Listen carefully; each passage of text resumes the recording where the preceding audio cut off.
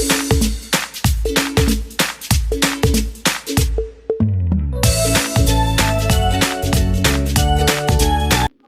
आज के वीडियो में हम लोग डिस्कस करेंगे ये फॉलोइंग टॉपिक्स को हम लोग आज के वीडियो में डिस्कस करेंगे। पहला है valuation, sinking fund, depreciation, years purchase, salvage value, scrap value, book value, easement, annuity. दोस्तों शुरू करते हैं। पहला है दोस्तों वैल्यूएशन। अब वैल्यूएशन होता क्या है? वैल्यूएशन किया जाता है किसी भी प्रॉपर्टी की वैल्यू पता करने के लिए, उसका फेयर प्राइस पता करने के लिए, उस प्रॉपर्टी की प्रेजेंट वैल्यू पता करने के लिए। अब ये क्यों किया जाता है? ये इसलिए किया जाता है कि उस प्रॉपर्टी को आपको खरीदना है या बेचना है, या फिर टैक्स के लिए आपको उसकी वैल्यू पता होनी चाहिए, टैक्स भरने के लिए, या फिर किराए के लिए उसकी वैल्यू पता होनी चाहिए। आप चाहते हैं कि किराया मिले तो इतना किराया मिले, तो उसके लिए उसकी प्रॉपर्टी क्या हो जिस हिसाब से उतना किराया मिले। आप उसको गिरवी रखना चाहते हैं। ये कैसे किया जाता है? ये उसकी सेलिंग प्राइस के जरिए किया जाता है, उस प्रॉपर्टी की इनकम के बेसिस पे किया जाता है। वो प्रॉपर्टी कितना रेंट आपको दे रही है, उस हिसाब से वैल्यूएशन किया जाता है। तो बेसिकली मेन पर्पस है उसकी वैल्यू और उसकी जो फेयर प्राइस है प्रॉपर्टी की, वो पता करने के लिए हम लोग वैल्यूएशन करते हैं। नेक्स्ट है आपका सिंकिंग फंड। सिंकिंग फंड, जैसा कि नाम लग रहा है कि सिंकिंग मतलब कोई प्रॉपर्टी है तो वो समय के साथ साथ उसकी वैल्यू कम होगी। तो हम चाहते हैं कि जब तक उसकी वैल्यू मतलब जब वो खत्म हो, जब उसकी यूजफुल लाइफ खत्म हो, तब तक एक फंड इकट्ठा हो जाए ताकि हमें घाटा ना हो, हम उस प्रॉपर्टी को रिप्लेस करके कोई दूसरी चीज हम लोग ले लें। एक तरह का इंश्योरेंस मानिए, इंश्योरेंस है ये। तो एक फंड है which is gradually accumulated by way of periodic और annual deposit for the replacement of the building और structure at the end of its useful life. तो एक फंड है जो हम लोग एक इंश्योरेंस की तरह हम लोग किसी भी प्रॉपर्टी का कर रहे हैं, ताकि जब उसकी यूजफुल लाइफ खत्म हो तो हमको कोई घाटा ना हो, हमको वो फंड हमारा एक्यूमुलेट होकर हमें फंड मिल जाए और हम उसका यूज करके कोई नई प्रॉपर्टी बना लें। तो ये है आपका सिंकिंग फंड। ये फॉर्मूला है सिंकिंग फंड का, आप इसको यूज कर सकते हैं न्यूमेरिकल के लिए। आई है आपका एनुअल इंस्टॉलमेंट रिक्वायर्ड, कितना आपको एनुअल इंस्टॉलमेंट भरना पड़ेगा। S total amount of sinking fund, इकट्ठा कितना हो जाएगा। आई रेट ऑफ इंटरेस्ट,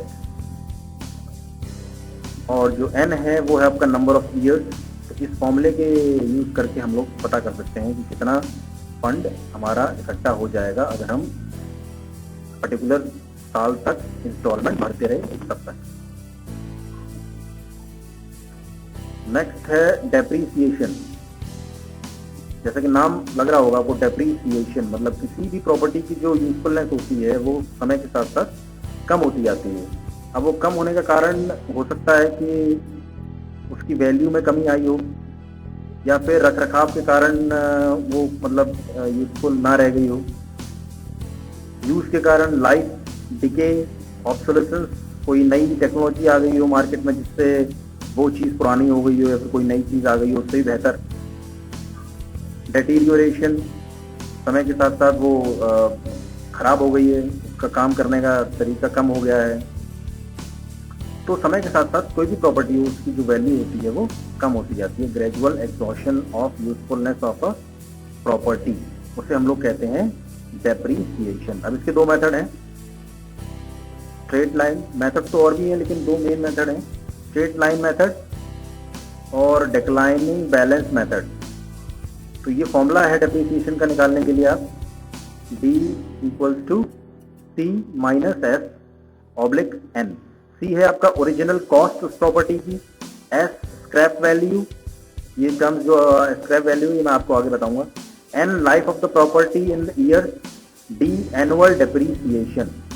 इस फॉर्मूले के यूज करके हम लोग पता कर सकते हैं। सिमिलरली डिक्लाइनिंग बैलेंस मेथड, इसका भी एक फॉर्मूला है 1 minus bracket S oblique C and then power में एक्सपोनेंट में 1 बाय N। इनका यूज करके हम लोग डेप्रीसिएशन निकाल सकते हैं। नेक्स्ट है ईयर्स परचेज। अब ईयर्स परचेज क्या होता है? किसी भी प्रॉपर्टी की कैपिटलाइज्ड वैल्यू पता करने के लिए हम लोग इसका यूज करते हैं। सपोज आपको कोई प्रॉपर्टी खरीदनी हो, अब आप उस प्रॉपर्टी को खरीदने के लिए कितना पैसा जमा करेंगे या कितना पैसा लगाएंगे, उसको हम लोग कहते हैं कैपिटलाइज्ड वैल्यू। वो आपको कैसे पता चलेगा? सपोज आपको उस प्रॉपर्टी का पता है कि उसको जो नेट इनकम है हर साल की, वो पर्टिकुलर कुछ रुपए जो है इनकम जनरेट करती है प्रॉपर्टी, तो वो हमें पता है और हम एक्सपेक्ट करते हैं कि जो भी हम इन्वेस्टमेंट करें उस पर हमें इतना परसेंटेज जो है मुनाफा हो, ब्याज मिले हर साल।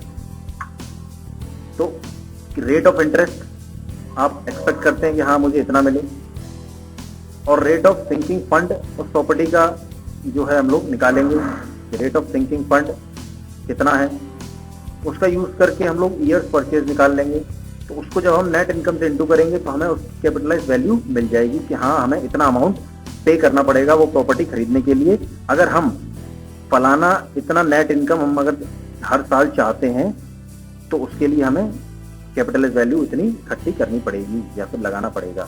तो उसके लिए आपको रेट ऑफ इंटरेस्ट जो आप चाहते हैं कि हाँ इतना मुझे मिलना चाहिए, 8%, 10% जो भी है, और रेट ऑफ सिंकिंग फंड उस प्रॉपर्टी का जो है वो भी आप निकाल सकते हैं उस पर्टिकुलर फॉर्मूले से। तो उसका यूज करके हम लोग कैपिटलाइज वैल्यू निकाल लेंगे।